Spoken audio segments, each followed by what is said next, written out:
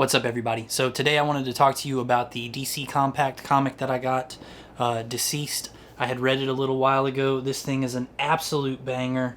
I am loving the DC Compact line. They have got some amazing titles. This one was a phenomenal read. It was kind of like an event title, so it didn't follow just one specific character. It kind of covered a lot of the heroes and villains from the DC universe. And this was a fantastic read. This was by Tom Taylor, Trevor Hairsine, Stefano Gaudiano, and Rain Barreto. Apologies if I mispronounced any of those, but yeah. This is, another cool thing, the DC Compact comics, I don't know if you can tell, but like right here, I don't know if that's coming in good or if that's focusing or not, but right here under the Compact Comics format title, they have the genre of the book. And this one was horror. Dude, this was so good. So good. This book was giving you hope throughout it just to immediately snatch it away. I don't want to spoil too much in case you haven't read it yet, because this deserves a read 100%. As long as you have a somewhat decent knowledge of the comic book characters from DC and you're comfortable with jumping into a big event, and this one isn't even really a big event, but if you're comfortable jumping into an event where all these characters kind of like intermingle and interconnect, this is a fantastic read. It's so good. But yeah, I would say if you've got a cursory knowledge of the heroes and the villains, what a fun read. What a fun read.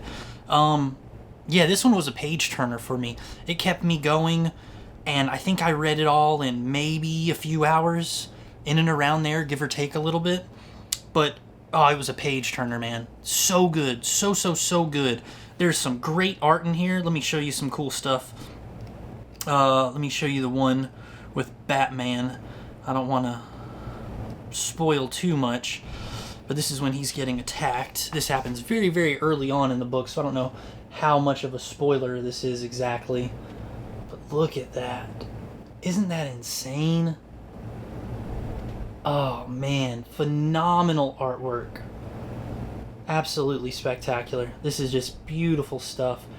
Great artwork. Loved it. What very dark story. Very brooding, and like I said, it was giving you hope just to immediately snatch it away. There's my boy Hal Jordan there at the bottom. Oh man, when I tell you no one is safe in this title, everybody can get it. This was a wild read. So let me go ahead and give you my my review of it score-wise, and then if you want to stick around, we can jump into some spoilers. But for those of you who haven't read it, I'll just tell you right now, this is an easy 10 out of 10. 10 out of 10. This storyline was so good. Well written. It was very, nail-biter, keep you on the edge of your seat. You were flipping through the pages. You were, not rushing through it, but this was like a breeze. It didn't feel like any time at all had passed, and I was just reading this, and then 3 or 4 hours had gone by. Such a good story. It's about a virus that is unleashed on Earth, and I'll tell you this: Cyborg is patient zero.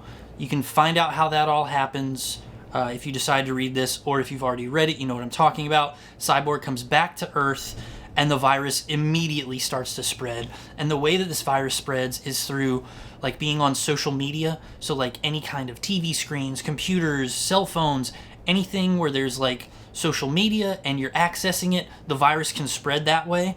And the virus can also spread the typical way that you would think of a zombie virus, through blood contact. So that was dude, it was so good.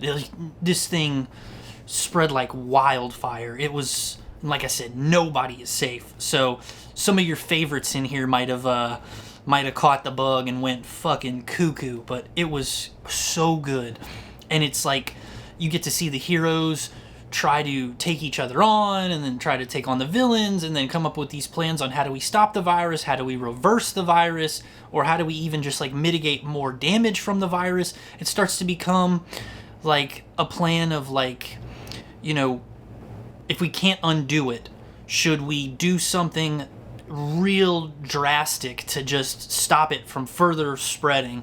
So they have to start weighing these options of like, oh, are we going to be the good guys and try to, fix everything that has been ruined and, try to help all the people that have been infected? Or, do we cut our losses and just make sure this doesn't infect anyone else? And it was just, so good. So well done. Fantastic. So yeah, 10 out of 10. 10 out of 10. Highly recommend it. DCeased. Check it out. Do yourself a favor. And now we are going to jump into some spoilers. I'll keep this quick, but I'm going to show you a couple panels that were my absolute favorite from this. So spoilers start now. Batman. He obviously turns. It was crazy. You saw him getting attacked in that first panel that I showed you. He at first built like a suit that would at least slow the progress of the virus, but he was infected and he knew that he was eventually going to turn. Alfred was the one that had to kill him, and that was heartbreaking. Heartbreaking. And at the time, Damian was with John Kent over at like Superman's place, and they were hanging out. And at first they were like, Lois and Superman were like, don't worry, we know your dad. He's got a plan for something like this. I'm sure he'll be fine. And then, dude, soon after that, they got the call, and Damian's heart just sunk. Like, he knew it. His dad was gone. Like, it was over. He had become infected. So that was heartbreaking. And, man, he turned. Like I said, Alfred had to put him down, but Bruce left like a box for Damian. Alfred delivered it to him, and Damian took on the mantle of the new Batman. And that was so cool. So cool. But like I said, nobody's safe. Nobody's safe. My boy, Hal Jordan, that got him. I think he was like one of the first ones to get it. At least one of the like first handful to get it for sure.